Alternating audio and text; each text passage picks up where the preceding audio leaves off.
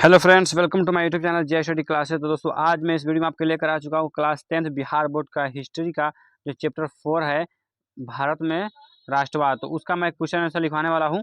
यहाँ पे अति लघु और लघु, यहाँ पे पहले अति लघु हम देखेंगे। उससे पहले आप हमारा चैनल बनाए हैं तो चैनल को सब्सक्राइब कर लीजिए, वीडियो को लाइक कर दीजिए और हमारे चैनल को सब्सक्राइब करके बेल आइकन को प्रेस कर दे, क्योंकि हमारे चैनल पे सारे तरीके के कंटेंट मिलता है। यहाँ पे ऑब्जेक्टिव सब्जेक्टिव सारा कुछ यहाँ पे लिखाया जाता है बिहार बोर्ड का सिलेबस से। चलिए वीडियो को स्टार्ट करते हैं। अति लघु उत्तरीय क्वेश्चन का 1 नंबर क्वेश्चन हमारा है, खिलाफत आंदोलन क्यों हुआ। इसका आंसर देखिए, प्रथम विश्व युद्ध में तुर्की ब्रिटेन के विरुद्ध में लड़ रहा था, जिसमें उसकी करारी हार हुई। ब्रिटेन ने उसके साम्राज्य उस्मानिया साम्राज्य का विघटन कर दिया। तुर्की बस तुर्की में ही सिमट कर रह गया। मुस्लिम जगत को यह नागवार लगा, क्योंकि तुर्की का खलीफा मुस्लिम विश्व युद्ध का धर्म गुरु था। उसी के पक्ष में खिलाफत आंदोलन हुआ। तो बस खिलाफत आंदोलन क्यों हुआ, अगर आपके एग्जाम में क्वेश्चन आता है, बहुत इंपॉर्टेंट क्वेश्चन है, तो ये लिख देना है, ठीक है। इसका स्क्रीनशॉट आप ले सकते हैं। चलिए अगला नंबर क्वेश्चन, 2 नंबर क्वेश्चन हमारा क्या है, यहाँ पर देखिए, रॉलेट एक्ट से आप क्या समझते हैं। काफी इंपॉर्टेंट क्वेश्चन यहाँ पे, रॉलेट एक्ट।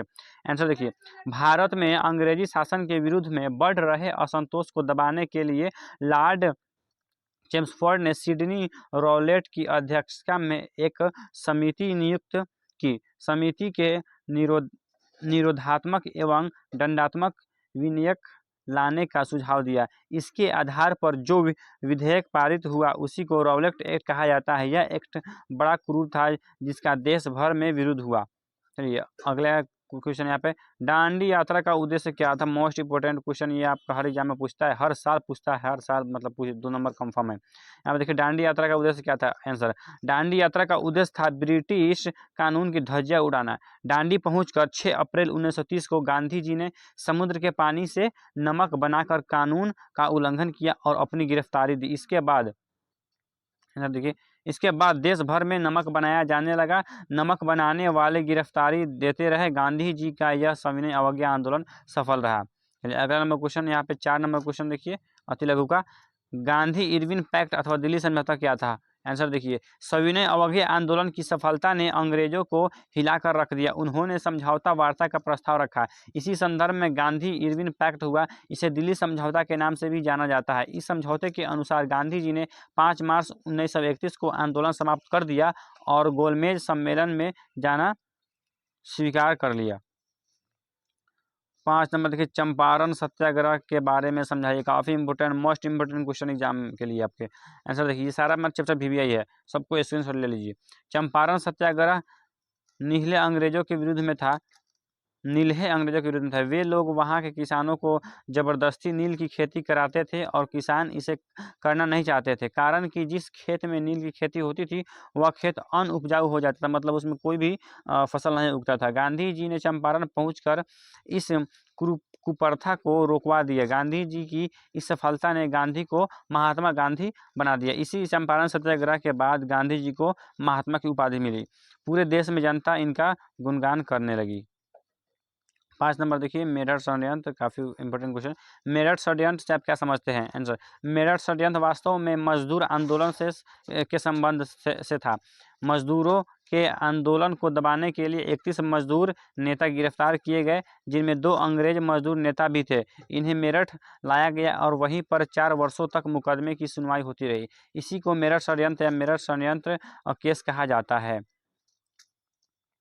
31 में से कुछ को तो सजा हुई, कुछ को रिहा कर दिया गया। इस केस से मजदूरों में एकता बढ़ गई। चलिए अगला नंबर क्वेश्चन देखिए, 7 नंबर क्वेश्चन यहाँ पे क्या है, जतरा भगत के बारे में आप क्या जानते हैं, संक्षेप में बताइए। आंसर, उड़ीसा में खेड़ों का एक आंदोलन चला, लेकिन यह अहिंसक था। यह आंदोलन 1914 से 1920 तक चला। इस आंदोलन के नेता जतरा भगत थे। उन्होंने मांग को बदलकर सामाजिक एवं शैक्षणिक सुधार की ओर मोड़ दिया। उन्होंने एकेश्वराद को मना तथा मांस मंदिरा का बहिष्कार करने को कहा। 8 नंबर क्वेश्चन देखिए, यहाँ पे all India trade union Congress की स्थापना की हुई है। इंपॉर्टेंट क्वेश्चन है, 2 नंबर का क्वेश्चन है, 2 नंबर में आएगा, कंफर्म है। आंसर देखिए यहाँ पे इसका, आंसर 1917 के आसपास गुजरात के कपड़ा मिल के मजदूरों ने हड़ताल कर दी।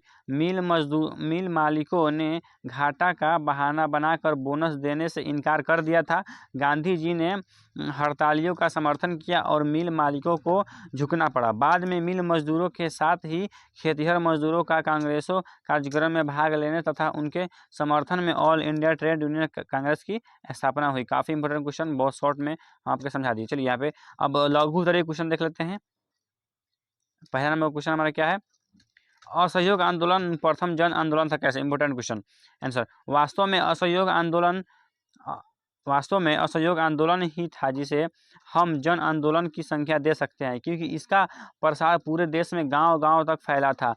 आंदोलनकारी अपना सर्वस्व न्योछावर को तत्पर थे। गांधी जी जब दक्षिण अफ्रीका से भारत लौटे तो अनेक आंदोलन चलाए, किंतु वे स्थानीय थे और कुछ ही लोगों के हित के लिए थे। असहयोग आंदोलन 1921 में शुरू हुआ। इसका उद्देश्य था फिरंगी सरकार के कार्यों में सहयोग नहीं करना।